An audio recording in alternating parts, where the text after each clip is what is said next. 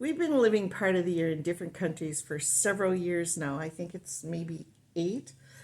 And today we want to talk about something that you usually don't hear about in travel videos. In most YouTube videos about travel, you see good food, you see the beautiful scenery and beaches, but no one really talks about what it feels like to be far away from home and at times very isolated and completely alone. Okay. Hi, we are back with another state traveling video. And I am Chan. And I'm Leanne. And in this video, we'll share some simple real life ways to deal with isolation when you're abroad for weeks, and in our case, for months at a time. We'll tell you about what's worked for us and what hasn't. And by the end of this video, hopefully you'll have some practical, doable steps to feel more connected. Especially when you are old, like us, in our 70s and 80s, it is difficult to make new friends. When we stay in one place for a few months, isolation can creep in. Sometimes it even makes us want to pack up and go home. But if you put out a little effort,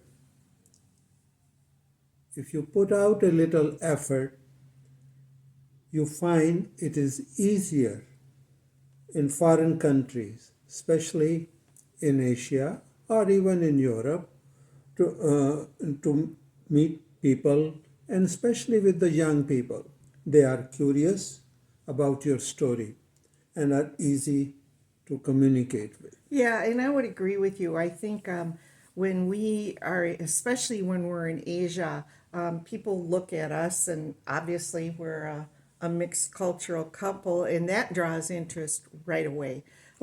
They ask you, how did you meet? Yeah, they want to know, how did you meet? But let's kind of go back to the topic of isolation. If you travel with a tour group, you probably don't have this problem because you've got a built-in group of people that you can communicate with on a regular basis. Maybe too much. So I don't know. But when you decide to stay in one place like we do for a longer period of time, sometimes unfamiliarity turns into loneliness. I remember my first year in India when the excitement and newness wore off. I realized I hadn't had a real conversation with anyone other than my husband in a very, very long time. Myself, I like to socialize, but at the same time, I don't need it as much. However, at times you do feel kind of silence, and that can be heavy. Yeah. I want to, as far as tips go, before we get to that though, I really want to tell you one thing that we have started doing in Dharamshala, India, where we spend a good share of the year, is we have a favorite restaurant that we go to.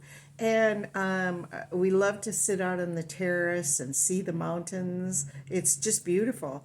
And if we see somebody who's interesting, and it could be somebody who's Western, or it could be somebody from, that part of the world, we make a point to go up and talk to them. And we've actually made some very, very good connections that way. Yeah. It's coming, when you're traveling and you're living in a country or staying somewhere, if you want to connect with the locals, you have to make the effort.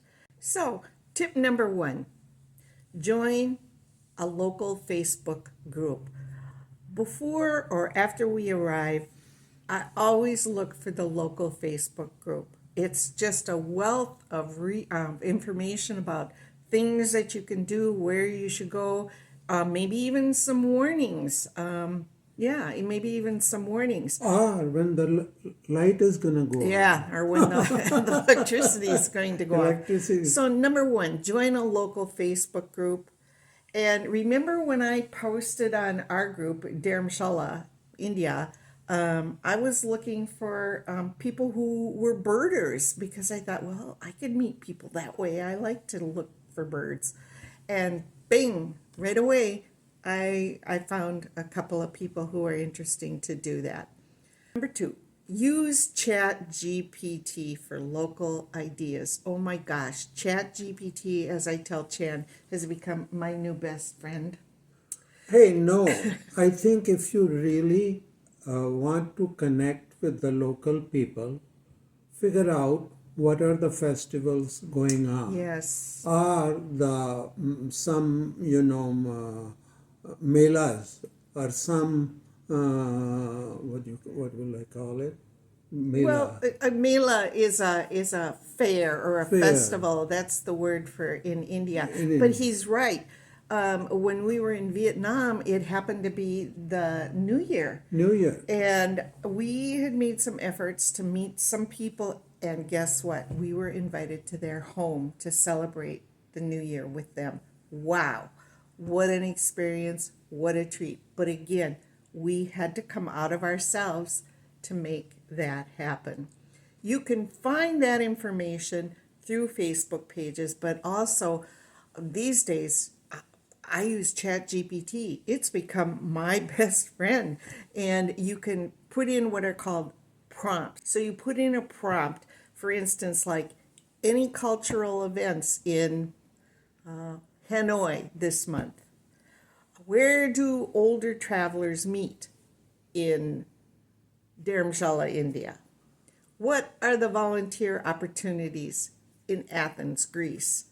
It doesn't always give you a perfect answer, but it often points me in the right direction. Number three is create some rituals. He's been very, very good at doing that, and it's become, he pointed out to me how important it was. Yeah, I think that once you develop a little bit of ritual, you feel like that you have a control on your day, and and especially make it an effort when you go to a restaurant to talk to people or try to find out.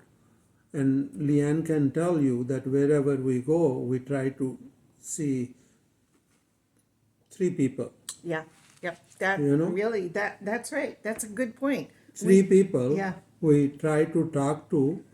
Some people will say we are not interested, and of course, that you always get a sense when you are meeting people that yeah, I think I can connect with this person, and if and you always have also a feeling maybe somebody who's not interested in talking to you. Well, I think also if by going to the same cafe or restaurant, get to know the owner, Well, talk to them, yeah. and pretty soon they'll be sitting down and speaking with you.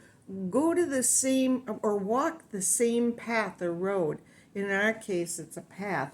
And when I first came to India, and we live in a village, people were very skeptical of me, and I just felt like I was the ambassador for my country. So as I was walking down the path, I'd be going namaste to everybody, namaste, namaste, and smile. And lo and behold, last year when we were in India, people started greeting me first. I felt like, oh my gosh, I've arrived.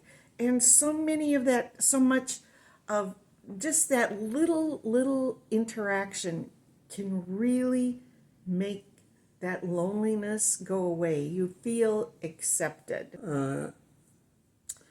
Okay, and that leads me to the fourth tip, and that's redefine connection, the meaning of the word connection. And I really want to read this because I found this to be very, very powerful. At this age, I don't need a dozen new friends, but I do need to feel seen. So I've stopped expecting big, fast friendships. Now I look for small moments, a smile, a wave, a shared laugh. Also, I would like to say this, that please try to learn some local dialogues or local verbs and dictionary or whatever, I think it helps you a lot. It tells your host, host country, that, oh my God, you know. So Yeah, that is a, he does a good job of and that. and I do. I mean, Yeah. I am very. I know 3-4 languages, so it's easier for me. But for her, it is difficult. But at the same time, people really laugh at me. They get a good Yeah. laugh at as Well, I try to pronounce the words, and that again is just a good connection. good. Yeah. It just helps people get to know me better. Yes. So anyway, if you're a long-term traveler or a wannabe long-term traveler and worried about feeling isolated, there's a lot of things that you can do, as we've tried to point out. But the main thing is to not be afraid to come out of yourself. Yeah. Make the effort. Yeah, I think that's the very important. I think you will do it. I mean, you will fail few times, but who cares? Yeah, At who our cares? age, who cares? That's right. So let us know in the comments if you have any tips about this, and tell us what you think about our videos. We're having fun doing YouTube, and we've still got a lot to learn, but it's fun. We're coming out of ourselves. So until next time, This bye. is Jan. This is Leanne. Bye.